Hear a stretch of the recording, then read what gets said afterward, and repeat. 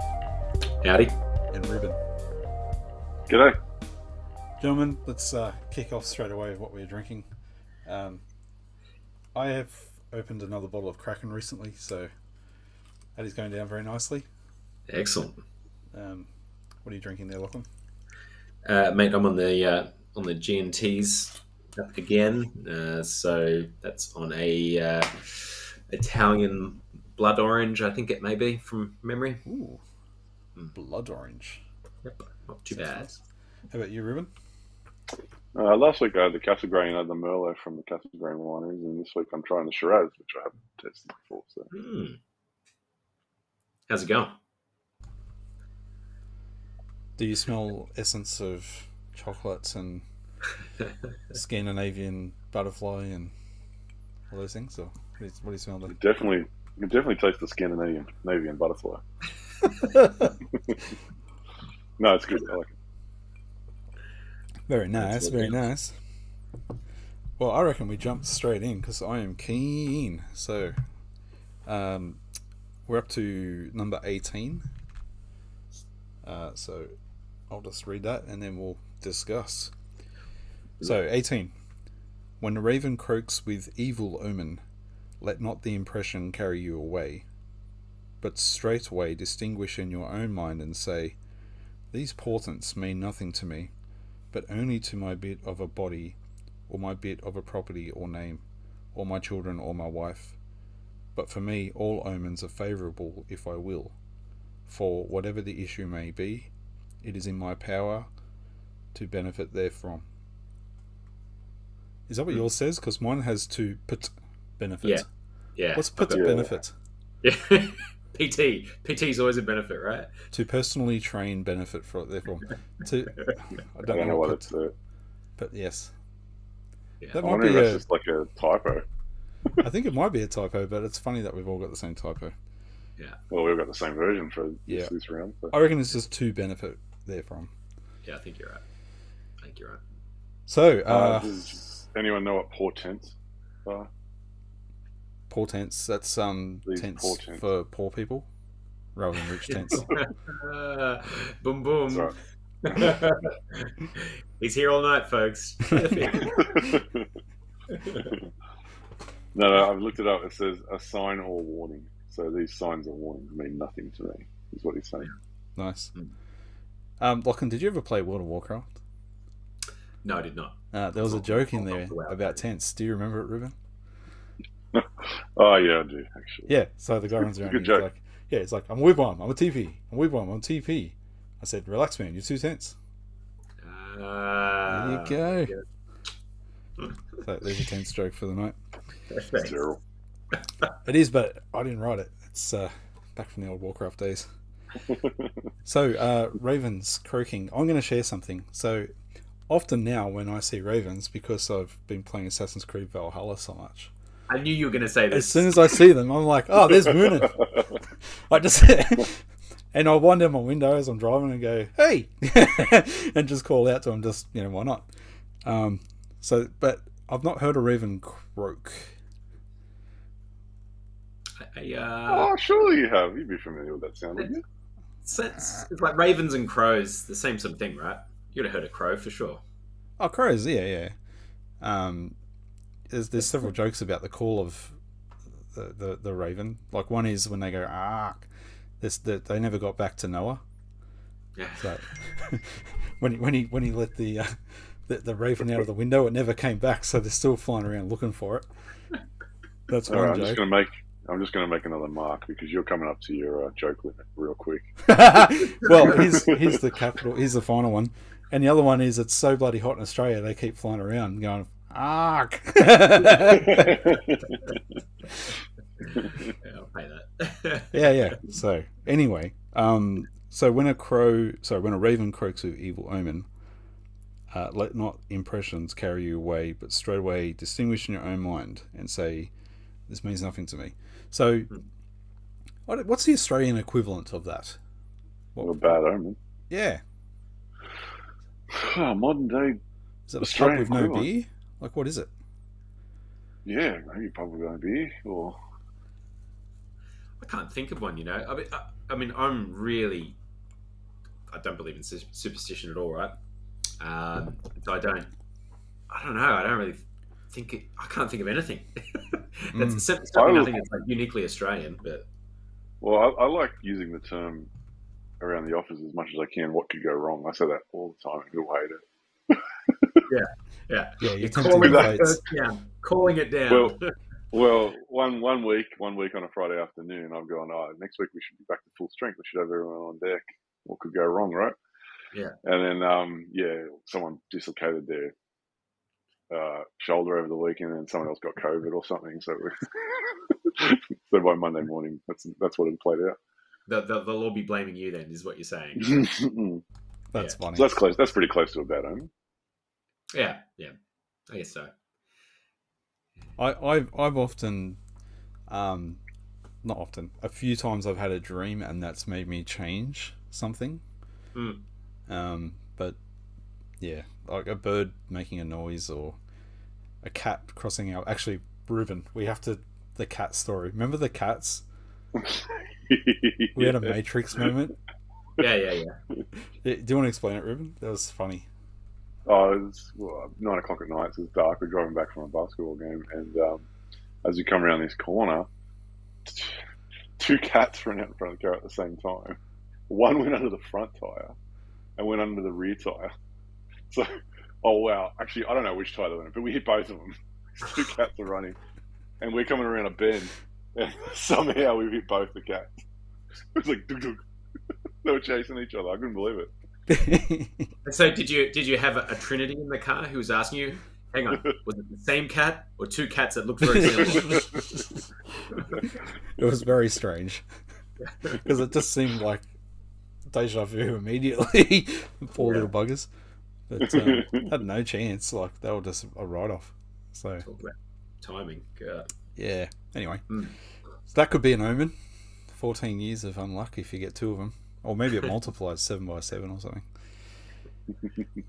I thought it was just breaking the mirror, isn't it? Yeah. But I guess this makes a lot of sense to us because we're not really a superstitious culture. You know, we wouldn't really think about this too much. We just read it and go, oh, that makes sense. Yeah, I mean, it's funny. My wife's side of the family, they're Greek and they are big on superstition, and so I hear of things quite frequently, and then I'm a bit like Rubes. I'll call it down upon me because I don't believe in it. So I'll happily kind of call it out. But I do hear a lot about superstition, and I could understand from their sort of background or what have you, them taking heed of something like this. Particularly, I remember my wife's grandma super superstitious about stuff and things like that. I could see how they would feel affected by it, right? Yeah. I mean, I think you're right though. Like for most of us, we'd probably look at this though and just logically go, "It's just a bird," you know. It's not a big deal. But it's funny though because he sort of says like, "Don't let the impression carry you away." But at the same time, he is sort of saying, "But I accept the fact that something bad's going to happen to me." So it's kind of like, he's not. I agree. I don't think he's rejecting the omen. Yeah.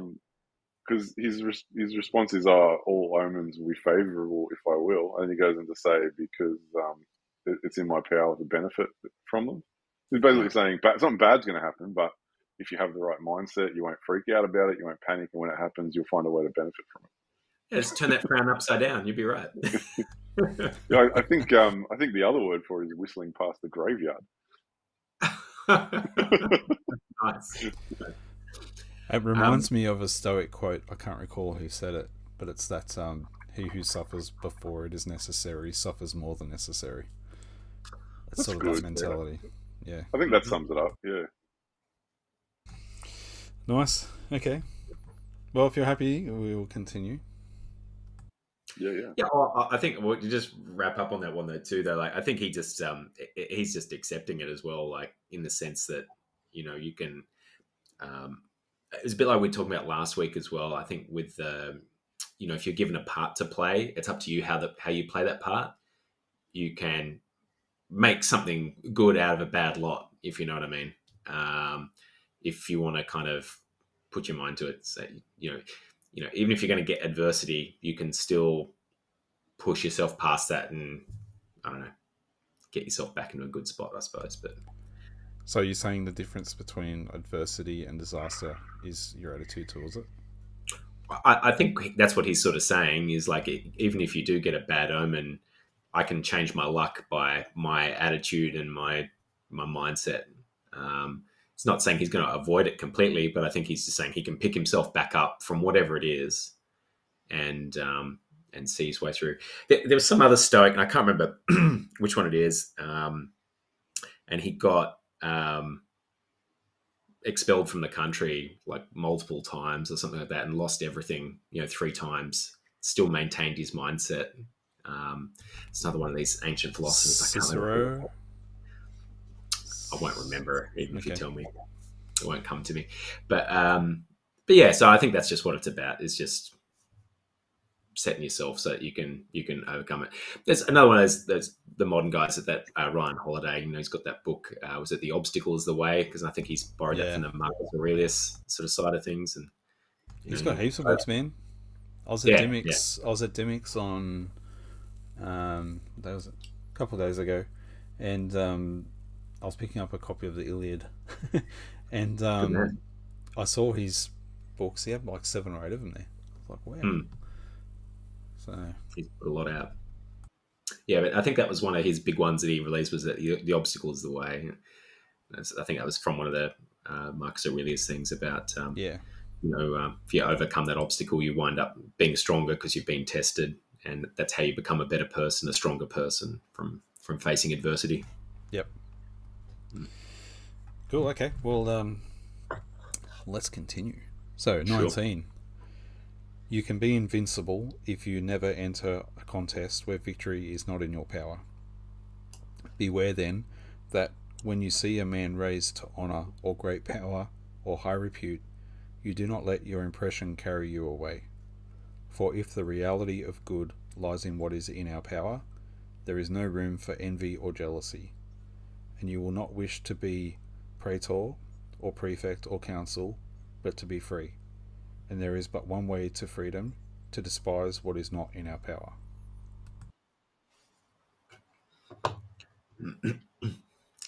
I must admit, I battled a little bit with this one.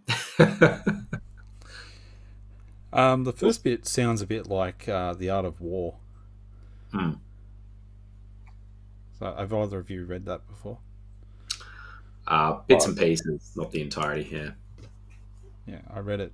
Oh gosh, have to be 10 years ago maybe. It feels like that. Yeah. And the only reason I knew to say praetor is because of HBO's Rome series. I saw that word and I was like, oh, I never say that. Yeah, I think like he's starting off by just basically saying, use your head and tackle what's within your power. And if you know it's something that's outside of your power, maybe avoid it. So I know we've sort of come across that avoiding thing a couple of times when we've read some of the Epictetus stuff, and that seems to be part of his doctrine, I guess. That you can avoid certain things if you want to. And so I think it's kind of speaking to that. If it's within your power, go for it. And but if it's outside of your power, then I don't know. Think about it. Do you really want to do that? I think isn't it earlier we talked. There was a passage where he was saying you become a slave if you want those things that other people have control over. Yeah, I think that's certainly what he's speaking to, sort of in the end of that paragraph, for sure. Yeah. Making yourself a slave to the wants that are outside of your control. You're never going to be happy. So if you want to be happy, you got to let them go so you can be mentally free. Yeah. What do you think, Rubes? I agree with all that. I think that's basically, it's not repetitive. I guess it's kind of, it's that same theme again. Don't go after what's not within your control. But what I found interesting was the second sentence. Beware then that when you see a man raised to honour or great power or high repute, you do not let your impressions carry you away. I thought that was interesting. He's saying, well, and because because people can only really succeed in what's within their power, why don't get too excited about people who are really good at stuff? Is that kind of what he's saying?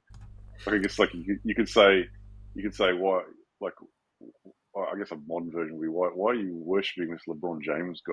I mean, yeah, he's a good basketball player, but he's also 6'9" and built like a brick shithouse. You know what I mean? He's got the genetics for it.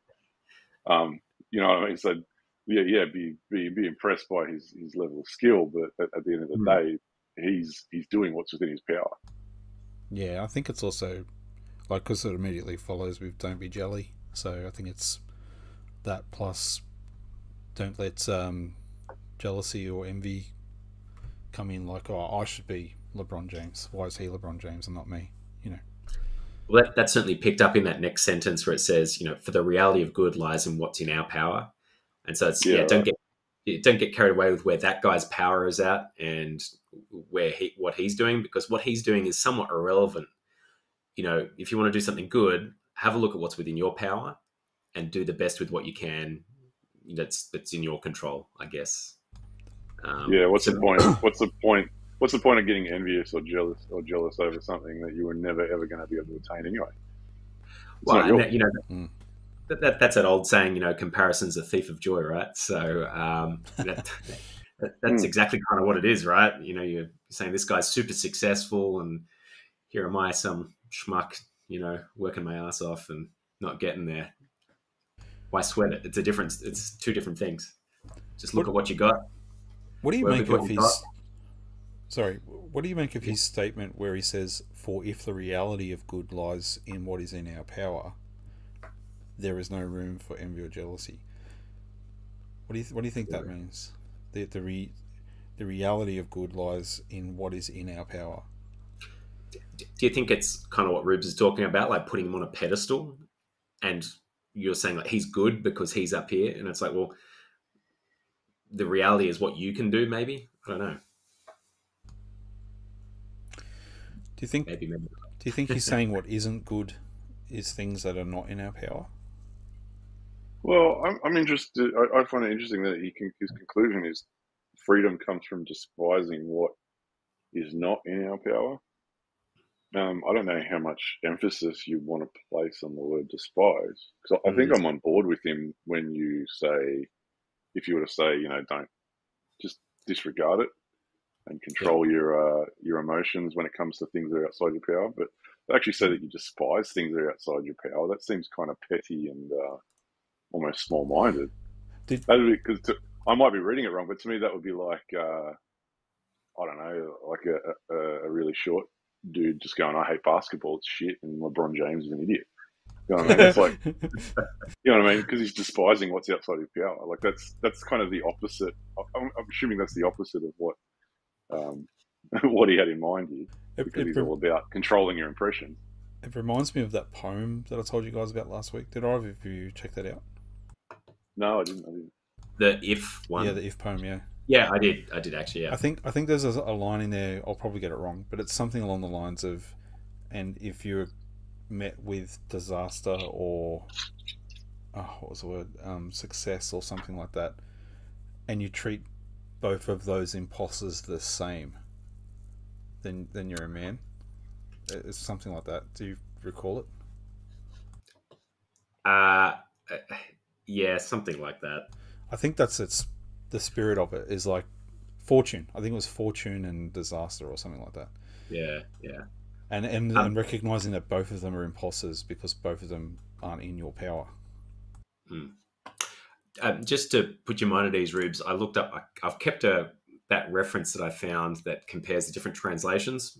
So I just pulled up one of the other translations, and the earlier translations, rather than despise, actually use the word disregard. Yeah, see, that gels a lot better. 100%. Yeah, that makes more sense to me. Yeah. Wow, what a difference a translation can make. Absolutely. Well, I mean, funnily enough, okay, that's because I've got 4 different versions, right?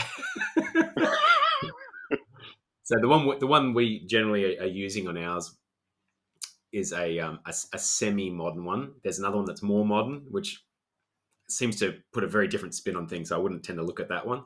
And then there's two earlier translations. The really early one actually uses a word contempt. So that is a bit more like despise, right? Yeah. Yeah, a bit. Contempt for me, it's almost like disgust. You know what I mean? Like, ugh, why would I want to go and want that thing? Ugh. I suppose the other way to look at it is he's talking about dealing with what's within your own control. So if you're to despise something that's outside your control, it's not to despise the person who has access to it, but it's just to despise it internally. So I guess that would be the other way to look at it. Yeah, I mean, despise the fact that it's out of your control, maybe not the person that's wielding it. Particularly when he's just basically spoke out against or trying to get people to avoid envy and jealousy. Yeah, exactly. Yeah. I wonder what he'd say about the way that the term privilege gets used these days. For sure. Yeah. I don't think he'd be a fan of that. In fact, I'm certain he'd be a fan of that. Yeah, well, he's a man of modesty, though, too, right? So, yeah. So I don't know. I think you're muted there too. I did just find that quote. I just put it on the screen. So it says, "If you can meet with triumph and disaster and treat those two impostors just the same." That's right. That's part of the verse. Yeah. And just before it said, "If you can dream and not make dreams your master, if you can think and not make your thoughts your aim." So I think it's the same sort of feel that it's going for. Yeah. No, for sure. Interesting. Yeah, right. Okay. Happy with that, guys? Yeah. Good. All right. 20. Remember that foul words or blows in themselves are no outrage, but your judgment that they are so. So when anyone makes you angry, know that it is your own thought that has angered you. Wherefore make it your first endeavour not to let your impressions carry you away. For if once you gain time and delay, you'll find it easier to control yourself. So this was very relevant for me this week, guys, if you remember when I sent you a message. I do recall.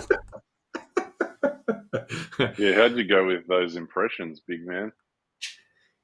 As that for everyone playing along at home, I was just getting a bit frustrated with a work colleague who was getting a bit aggro and a bit feisty, and I was getting trying to keep myself in check and not letting myself become a slave to their words. Did you? Okay, all jokes aside, did you at some point make a conscious decision to try to apply some of this? Nah, do you know what I did afterwards? I was cross with myself because I got worked up about it, and right. And then I was just like reflecting on it afterwards and going, this is exactly what we're reading about, and I failed the test. But I'm going to treat this like what we were talking about last week and saying you need to exercise this practice, right? So I think I will be more conscious next time, and I'll be mentally ready to play the game. See, you're making a rookie error there. So my uncle, when I first started working for him, have to be 22 years ago, at his exhaust shop, one Saturday he pulled me aside and he said, "Never ever pray for patience because your life will get harder." Yeah. And I was like, yeah, I had a minister say that to me once too. He's like, careful what you ask for. Think about all the ways that you can learn some of those things. Like imagine asking to be less prideful. Some of the things that could happen to you to break down your pride. Ooh, yeah. Ouch. Well, look, I equally have had challenges similar. So, yeah. Yeah. Look, all I thought about, I guess it's like, this sort of thing happens, and they sort of have a crack at you or something like that. Don't let it anger you. It's on you if you get fired up because of whatever they're saying. Their words can't hurt you. Just you can take it on without the emotion and deal with the question or the problem in a rational and calm way, right? That's a theory, right? So the slavery quote I have said to myself on multiple occasions this weekend. I got out of bed this morning thinking about some things that were frustrating me, and I'm like, I'm not going to be a slave to that. And literally within 10 seconds, my mind's back there. Nice. I'm like, nope, break it. I'm not going to be a slave to that. And then, it's just you get in this savage loop. And, I do think that's an interesting question. I think we're going to have that conversation at some point, whether it's towards the end of the book, as to whether, and once we've given it a go, does it work? Like, can you really apply this? I know I'm going to have another chance to deploy this soon, Rubes. So I'll let you know. I think I'm going to have ample opportunity to practice. So yeah, me too. Because just as a preliminary thing, and I think I've said this before, I'm a little bit skeptical about the level of detachment that's required to implement this. I agree. I'm not saying it can't work or shouldn't work. I'm just saying or maybe it's one of those things where anything that's worth doing is really hard. So I think that may be a conversation we can have towards the end. Once we've all given it a go. I think you're right, and so Ryan Holiday, that dude we were talking about before, he talks about Stoicism as having some solutions for professionals, and that's why people like it. But I think if you follow Stoicism all the way to its end, it's a career killer. Right. I think it'll actually make people, if you actually really embrace Stoicism and go all the way in, then you stop caring about things out of your control. And when you're responsible for other people as a leader, but you decide that those people's decisions and what they do is sometimes out of your control, I don't think that's a recipe for career success. It might be a recipe for peace and for tranquility, internal peace, yeah. But I don't think it's a recipe for career success. What do you think? I suspect. I mean, I'm just working this out, right? But I suspect that's a misconception of Stoicism. And because I've sort of have been tending to feel the same way, right? But and funnily enough, just from listening to a few of Ryan Holiday's things and his sort of spin on it, and I guess you could use Marcus Aurelius as the example, right? Because he was not detached from his people, right? And even though he's sort of held up as, a great Stoic and great leader, etc., etc. And I think if you're going to be that sort of great leader, you can't be like super, super detached. So I think sometimes it's about the spirit in which you implement this.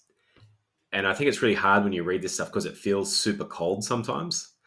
And so maybe you're right. Maybe the intention is that if you've got that internal piece, you can make those external decisions better because you're not reacting to your emotions, rather than not to make those external decisions at all. It's just that when you do make them, you're going to make them more measured.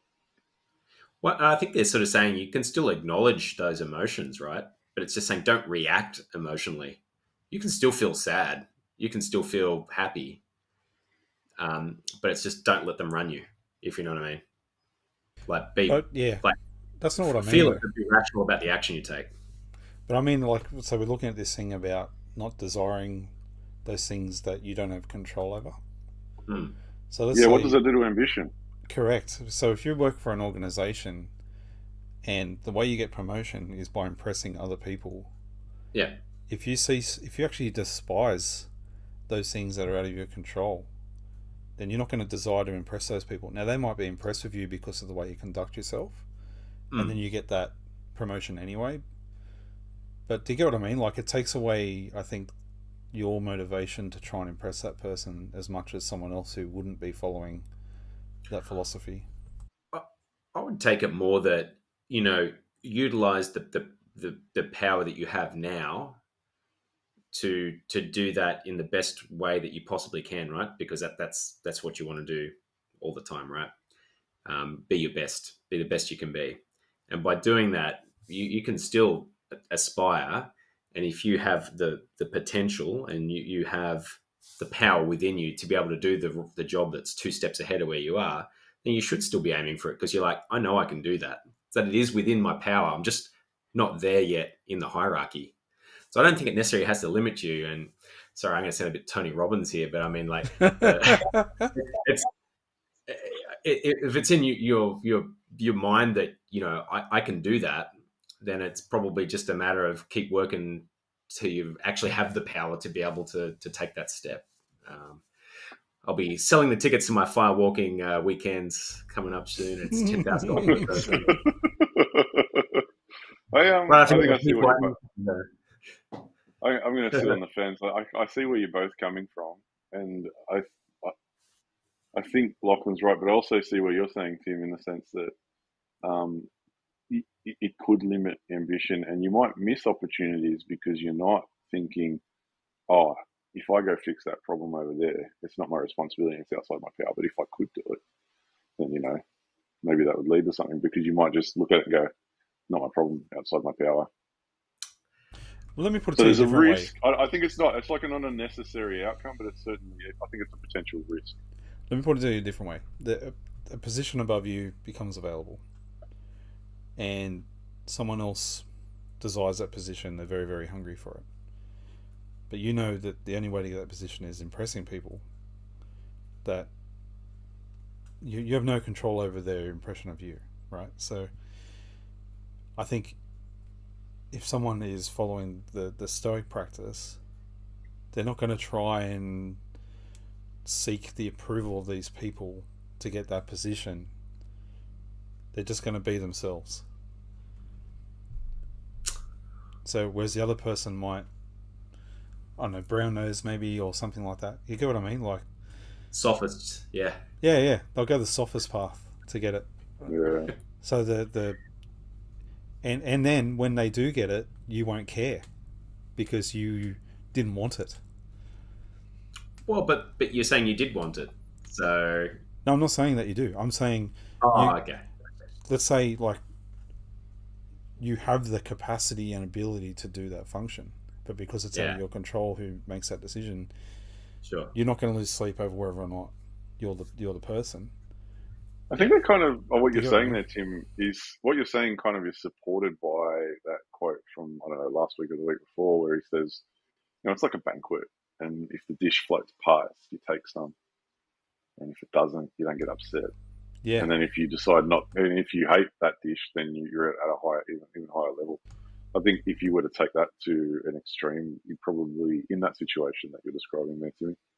Yeah, and so the person who it goes past and they're not at peace with it going past, that might make them go, well, I'm going to leave this company and go to that company and get that job as a middle finger to this company.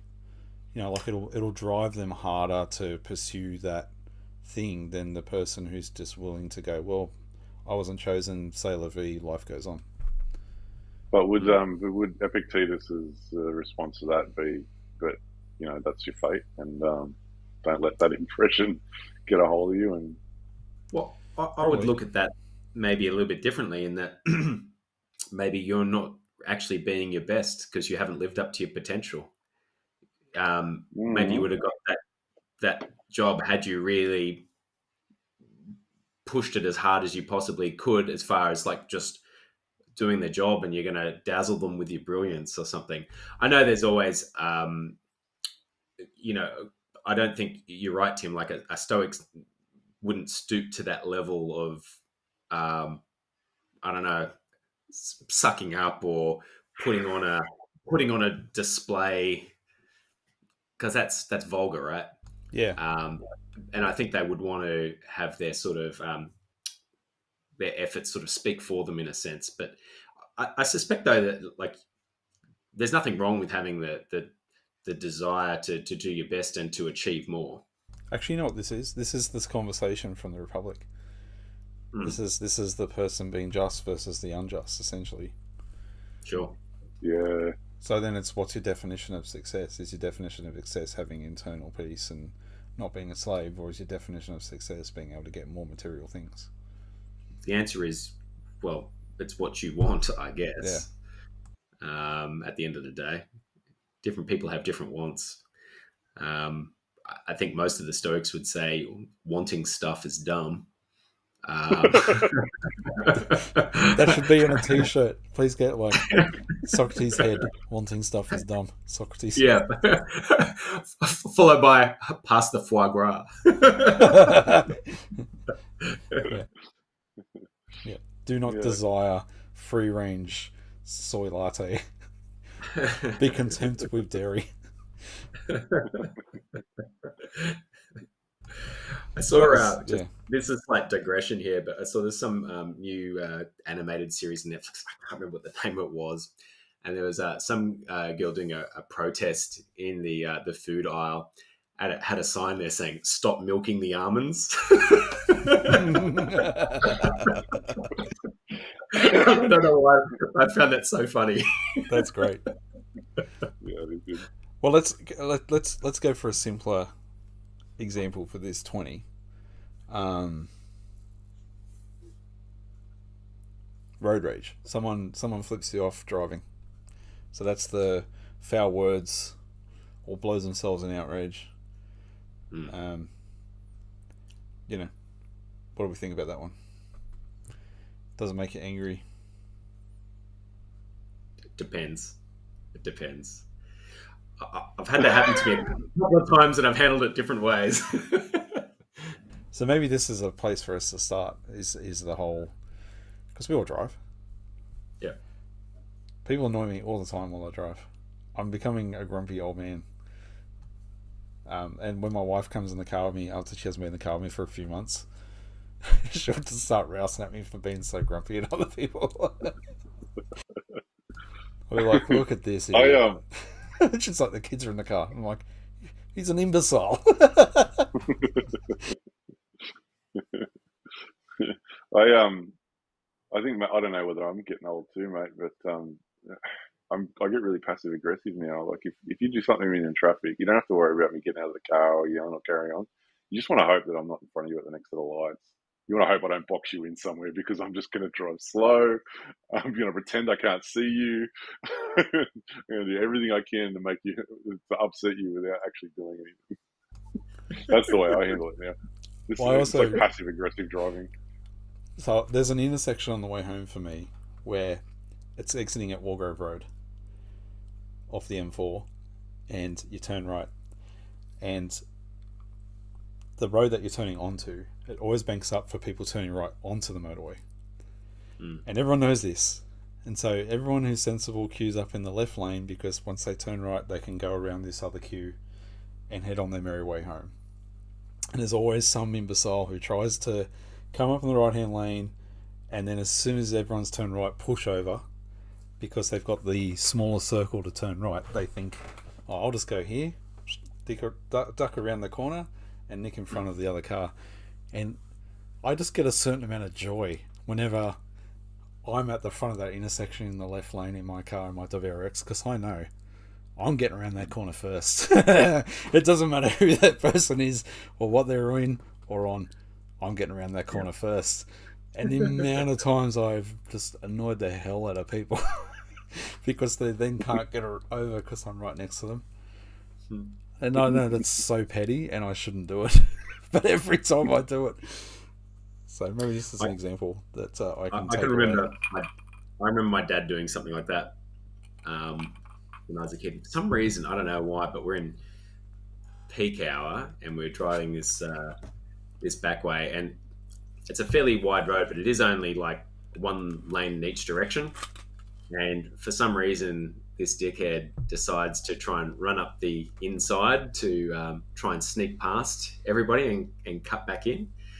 And so Dad sees him and just slowly starts like edging over the. I reckon he was driving about a centimetre and a half off the guy's car and just kept on just like edging over just to block this guy out. I was like, like I'm on the passenger side. I can see this guy. I'm just looking straight ahead. Yeah. I don't want to acknowledge what's going on. But yeah, my dad could be like so passive aggressive with that sort of thing. Like he's like, "There's one lane. You're not coming over, Tiger." You know, like you get the driver and come on the grass before you're getting across here. That's surprising because your dad's such a top bloke. Like, he's so chill. So he has his moments. No, but look, I can remember just talking about getting sort of flicked off or something. I think I've told you this story, Tim. This is a long time ago. But I was driving down the motorway, and I was driving my wife's car, which at the time was a super gutless Hyundai i30 1.6 litre automatic. So it had no go whatsoever. But when you're cruising, it was terrible. Yeah, it was so slow.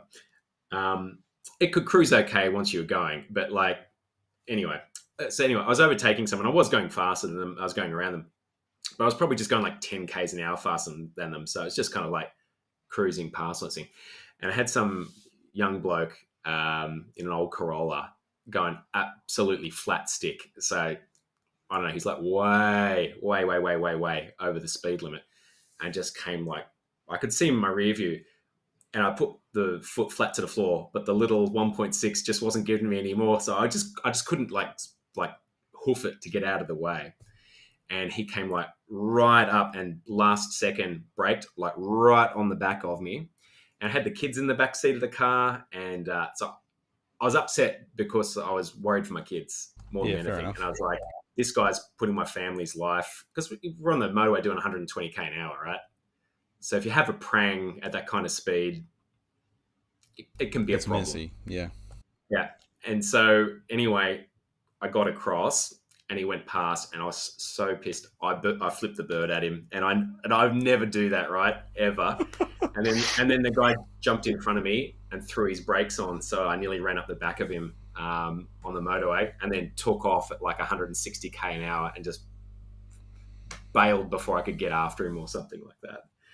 And my wife just put a hand on my arm and just goes, "It's not worth it. Just let it go."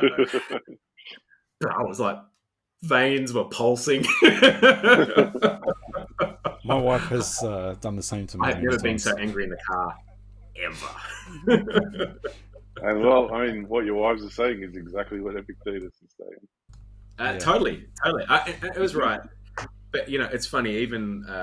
not now, but even like 2 years later, I remember it would still just like I'd instantly my blood pressure annoy you. Yeah, and you definitely didn't have a handle on that impression. Oh man, club lock. Dude, I drew the club lock once on Para Road. We had picked up my wife and two of her friends from being out clubbing. It was 1 a.m. or something stupid. Driving back up Parramatta Road, and we had a car full of young guys just completely came into my lane. You told me this story. Held the horn down. Like, what are you doing? Because they were in a bus lane, and then just completely... I had to move into the other lane to get missed by them. They just don't know what they were doing. I seem to remember.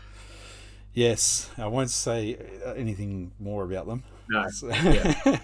And then when we got to the lights, all 4 of them got out looking for trouble. After being in the wrong side, just with no hesitation, just reached over the passenger seat, grabbed the club lock, hopped out of the car, and pulled it into 2 pieces and started walking at him. And they all jumped back in the car and ran a red light to get away. So, and then I was very relieved because 4 against 1, even with 2 club locks, that's not good numbers. But you know, what do you do? There's 3 girls kids, in the car. Be patient and stay in the car. Yeah, if someone just runs in, like almost runs in you, just honk the horn, but don't keep holding it down. Because pride is a mongrel. Yeah, we're still learning our lessons here, right? So, yeah. All right, well, that'll do. Let's go to 21. Yeah, sure. We could talk about that one all night. All right, so keep before your eyes from day to day death, and exile all things that seem terrible, but death most of all. And then you will never set your thoughts on what is low, and will never desire anything beyond measure. Interesting. Hmm. So is my that immediate Memento response- Mori? Yeah, pretty much. Mm. Yeah. I quite like it, the first half, and then I just don't see how the second half follows. So I think it is probably not a terrible idea to keep the idea of of death in your mind every day, because I think it does give you perspective. I just don't see how that will stop you from ever setting your thoughts on what is low or desiring anything beyond measure. Because if you contemplate death every day, it could have the opposite effect, could it not? Mm. Maybe. I thought he was sort of setting it up by when he says you'll never set your thoughts on what is low. I don't know if you've got things getting you down, and he's like, well, I could be dead, So in comparison, should I be getting upset about that? Because it could all be over. Hey, I'm still here. I'm still kicking. I've got options to do things. So I don't know. That's how I think I think that's 100% what he's angling for. I think you're right. But for whatever reason, I'm like, well, I mean, if you're like, oh, I could be dead, I better take what I can now and live in the moment. That could have the opposite effect. Yeah, I agree with you too. Like the tail end of that sentence is a bit funny. You'll never desire anything beyond measure. Yeah, I just thought of a new T-shirt. YOLO, Epictetus.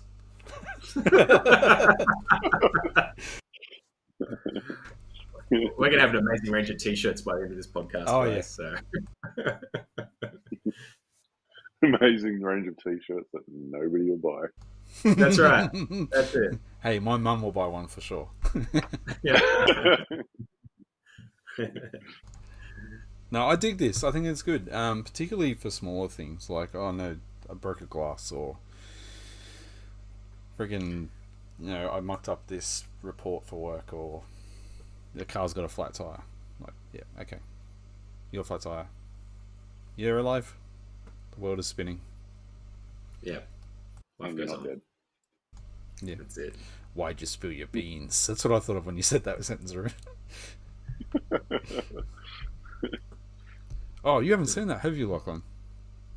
I don't know what you're referring to. Oh, we watched The Lighthouse the other day. Ah, okay, yeah. I've been meaning to watch it. Enjoyed it? Or not? Strange. I know it's different. Yeah. I liked it. Ruben? I didn't like it the first time I watched it. Second time I watched it, when I actually think I understood it, I did like it, yeah. Mm. But I think more so just because it's interesting. It's an interesting movie. Yeah. We'll have to do a film review of that at some point, once Lachlan's watched it. Sure. Is it as good as is it The Room? That's the same director, wasn't it? No. No. The Room's Tommy Wiseau. It's supposed to Oh, be that's one it. of the worst Yeah, movies sorry. ever made, so- Yeah. Have you seen that, Lachlan? No, I know you've mentioned it many times, but I have not partaken of The Room. All right. Movie night at my place. We're going to watch that. We should do a review. The philosophy. That's funny. of The it. first thing I just typed in The Lighthouse, right, just to see what came up. The first question there is The Lighthouse boring? Well, Ruben's wife would say yes. Yeah, totally. Too funny. What's funny is I think she slept for all but 10 minutes of it, and she's still got the story. Oh, wow. Yeah, that's actually true. That's actually true. Yeah, because she had some knowledge of Greek mythology, and she happened to wake up at this one particular bit where it was referring to that, and then she got the story. So good on. Yep. Ah, She's all okay. over it. Actually, that's a good point. twist for you It here, is Rubes. Greek mythology, so you should definitely check that out, young Lachlan. I will, because I do enjoy the Greek mythology. I was going to say, the director is actually the same for The Northman, Rubes. Yeah, Yes. that's what I was trying to see if you guys had a night free. We're going to go see it, but I know he's got a night free. No, this week, man. I never have a night free. It sucks. Right, mate. Any night. All right, I I'll don't figure care it out. if I'm- I'll figure it out. All right, cool. We are getting off track. True. Yeah. So I reckon we'll do one more, and then we'll go to the pub. Yeah. So, chew for 22, Richie Benno number. Excellent. If you set your desire on philosophy, you must at once prepare to meet with ridicule and the jeers of many who will say, "Here he is again, turned philosopher. Where has he got these proud looks? Nay, put on no proud looks, but hold fast to what seems best to you, in confidence that God has set you at this post. And remember that if you abide where you are, those who first laugh at you will one day admire you, and that if you give way to them, you will get doubly laughed at. Mm. Yeah. I like it. You know what I thought immediately after reading this? That saying, never apologise to a mob. Ooh. Off the Never back of that last apologise to line. a mob. Mm. Mm. Yeah, look, I think it's good advice. I mean, it's interesting about the philosopher part at the start, right? And you can understand, like, when we were thinking about like the Republic and that path for philosophy and how the philosophers were viewed, you can understand where they're sort of coming from there. So you could sort of say, you know, you would get potentially jeered if that's what you were going to do. Yeah, look, if that's the course you want to walk, then don't worry about what other people think. Do what's right for you. You know, go and do it. So, Exactly. in that sense, I think that's good advice. Whether you want to be a philosopher or whatever you want to do, you know, it's your life, your decision. If there's something you really want to do, who cares? If someone else thinks it's a dumb idea, you know.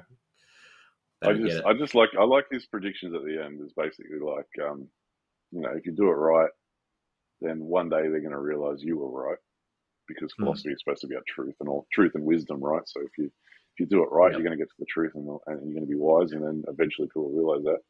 But then he's like, and then the downside is if you give way to them, if you give into them, into the jeering, they're just going to laugh at you double. Yeah. So there's no point giving in anyway, because you know, you're just going to be ridiculed more. Which is why I say don't apologise to the mob. Yep, fair point. Well, that quote of "Don't apologise to the mob" reminded me of Marcus Aurelius. One of his quotes is, "The object of life is not to be on the side of the majority, but to escape finding oneself in the ranks of the insane." Yeah. That's such a great quote. That's a mad quote. Very nice. I think you know, it's a good idea about it, ignoring the naysayers and stuff like that. But I think it's got relevance whether you're looking at philosophy or not, though, right? I mean, Tim, you could say, you know, I'm going to quit my job and I'm going to become a chef. And people might be going, "Oh no, chef, what?" But you know, like, if you you know, stuck at it and became a really good chef, then like, good on you.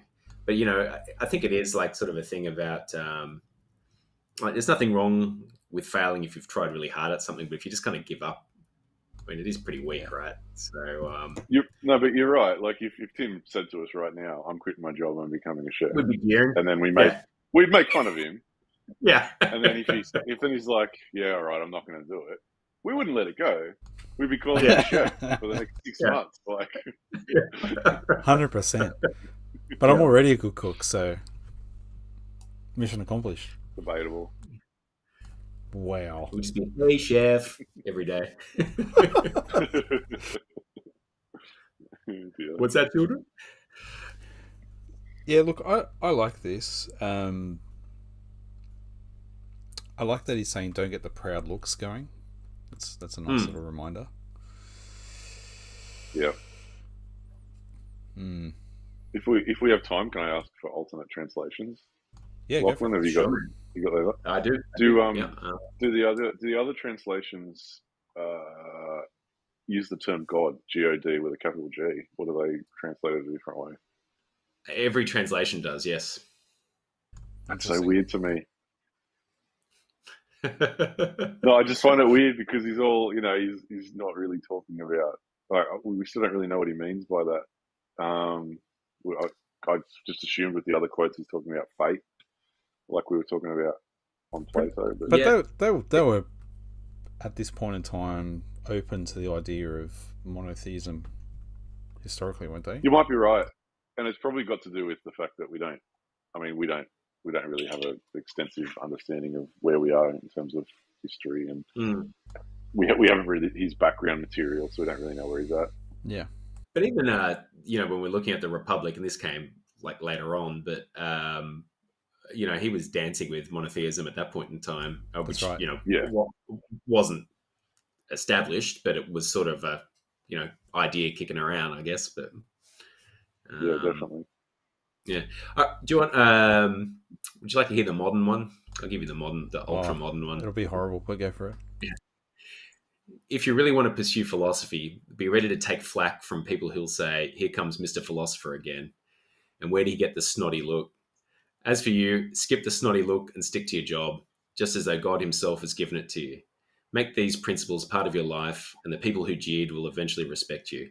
If you let them get to you instead, they'll get to laugh at you twice. It's pretty similar. That's not bad. Yeah, it's good. Wasn't it? Maybe it's just the way you read it, but to me, I'm like, that actually sounds like an Aussie translation. It does, yeah. It does, like, Aussie man does philosophy. Yeah. Oh, yeah. It's good. Yeah, if you really want to pursue philosophy, mate, just do your job. Yeah, don't say yeah, nah. You got to stay with it. Don't say yeah, nah. Say nah, yeah. It's either yeah or it's nah. Oh, that guy's mad.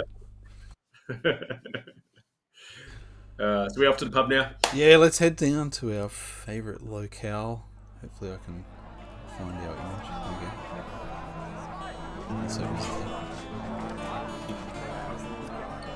So, this is where Timmy springs some kind of topical question. Oh, I spring it. Whoa.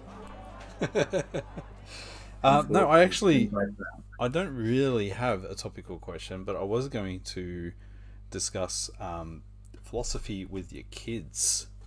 So my kids have both mentioned in the last few weeks that they've noticed I like philosophy, and Charlie mentioned, my son, the other day that, Dad would love it if I get into philosophy, because he started talking about religious studies at school, and he's going to a Catholic school. It's the first year he's been going to this school, so I started asking questions. He's like, I don't know. And I'm like, but you should be asking these questions. This is interesting stuff. But they always torment me about it, as kids do in my family. But both of them have asked me really serious questions this week. So I think there's some truth in the thing we just read about you just got to stick with it. And I'm seeing that truth through my children first, because at first they're like, oh, Dad with his boring philosophy, blah, blah, blah. But all of a sudden, both of them are asking serious questions. So I was just wondering if you guys had any questions asked by your kids about it. You go first, Rubes.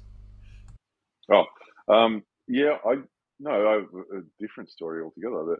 But when COVID first hit, might have been the first lockdown, the boys couldn't go to school, and I might have been on leave or something. Anyway, so I actually made a point of sitting down with them for a couple of minutes every day and just going, we're going to do a little bit of learning. Yeah, I'm like, I can't teach them math or anything like that. So I actually kind of did like impromptu faux Socratic classes with them, where we'd sit down and talk about, what is philosophy. And I tried to get them to understand, the different schools of philosophy, like epistemology and ontology and ethics. And they really liked that. They enjoyed it.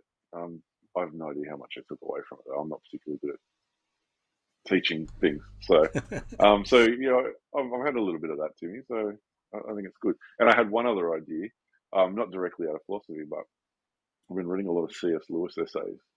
And what I want to do is try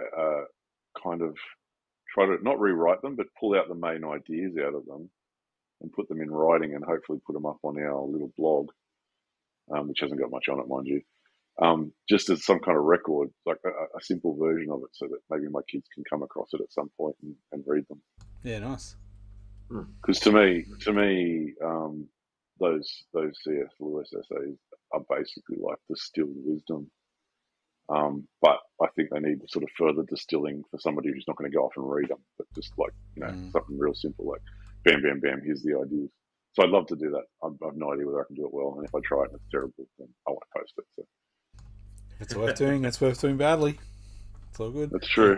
But the idea being there, I'd like to be able to share concisely with my kids and anyone else who's willing to listen to it, things that I think are important, things that I've learned. Hmm. Yeah, cool. How about you, Lachlan? Yeah, I guess I certainly have been talking about like ideas that I find interesting that I think at different times are going to be useful.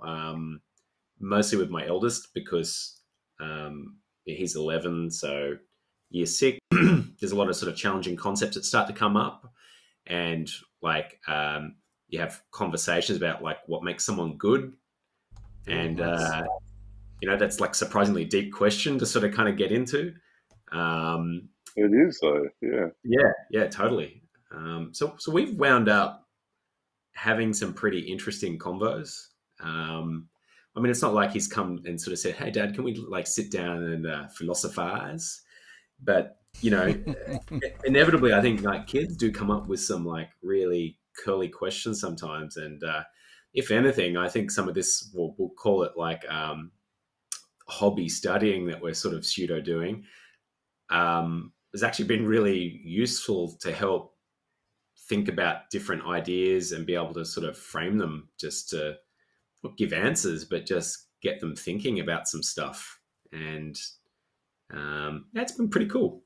I'm glad So, I've done this stuff, and I think they've been good conversations with the kids. So so you're saying there's been some real benefit to what we've I been doing? reckon, yeah. I mean, it's funny if you had Yeah, to like nice. hadn't have asked it specifically like that, I might have struggled to think of something, but yeah, I was just like, no, actually, we have probably had some pretty surprisingly deep convos on some of this stuff, and he's only 11, but I think it's an age where you start to see things happening around you, and you're starting to lose a little bit of your naivety, and so you're asking questions like, why do things happen like this sometimes? Why would somebody purposely do the wrong thing? Why do some people try and do the right thing? And Yeah, right. well, that stuff. So hmm. Yeah, Yeah, it's it's interesting. interesting. Like even Yeah, today, I had a convo with my daughter about what is morality, because she was yeah, like, what does this word moral mean?" I'm like, "Oh, that's a interesting question." yeah, So we had a little chat, and she's also asked other questions, like, "Cause I'm Christian, my wife's Christian," and she's like, "Oh, how do we know?" Because she went on a camp with church, and one of the questions she asked was, "How do you know that Christianity is the right religion, with all these other ones?" sure. And I said, "Well, what was their answer?" And she went through the answer, and I was like, "Wow, that was a really weak answer." So I'm like, "All Oh, right, really? let's yeah, I'm like, all right, let's talk about this a little bit." And so that was good, and having that understanding of what Socrates said about the just man, and Hmm. that someone who's truly just has the spark of divinity of God and would end up getting crucified by society. I kind of pointed at that and went, well, this Yeah. dude 500 years before sort of worked through it rationally and went, to be this, you need this plus this, and then this is the result. And so that's mirrored here. So for me, that's like something that makes me go, this makes sense. Hmm. And so I was able to use philosophy to have that conversation with her. But then my son comes out with some corkers as well. Um, like he's like, oh, if evolution happened, then why does morality matter? And I'm just like, oh, why do my kids take after Wow. me? Why do my kids ask me these questions? I'm like, bro, like some adults haven't figured that one out. Yeah, Yeah, I'm like, okay, dude. it's going to take a week. Okay. I'm like, okay. So the best example of evolutionary morality is this, and because I thought, don't straw man the argument that I don't agree with. Go for the strongest one. Bang. Here's the Yeah, right strongest on. argument I know of, and then this is why I don't agree with that, and I think it's this. But you need to make your own decision. So I'm like, same sort of thing, Lachlan. I'm so glad that Yeah. we've done this. I had no Yeah. idea how much it would serve me as a parent, but Hmm. now it's just like, oh my gosh, I'm so glad that we've been doing this, because if we hadn't, I would feel so confused on how to answer these questions. Yeah. Yeah. Yeah, Yeah, interesting. yeah, it's been great.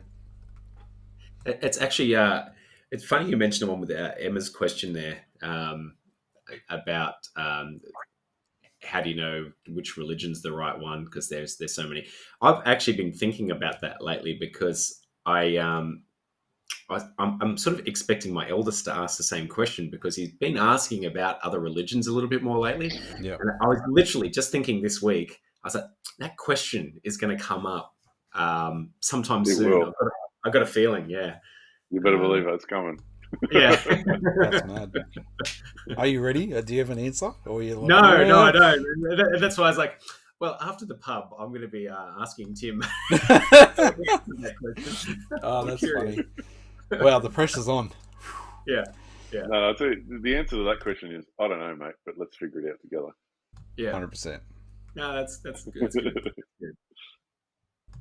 Well, okay. Well, that was awesome conversation, guys. Yeah. Thanks. So I reckon we wrap it up there. And yeah, to those of you listening, I hope that tonight was enjoyable for you and that you're enjoying our journey through this book. And remember, the Republic wasn't built in a day, and neither middle-aged men, and neither of our kids. So we'll continue having fun with that. But yeah, thanks for listening, and we'll catch you guys next time. Cheerio. See ya. See you guys.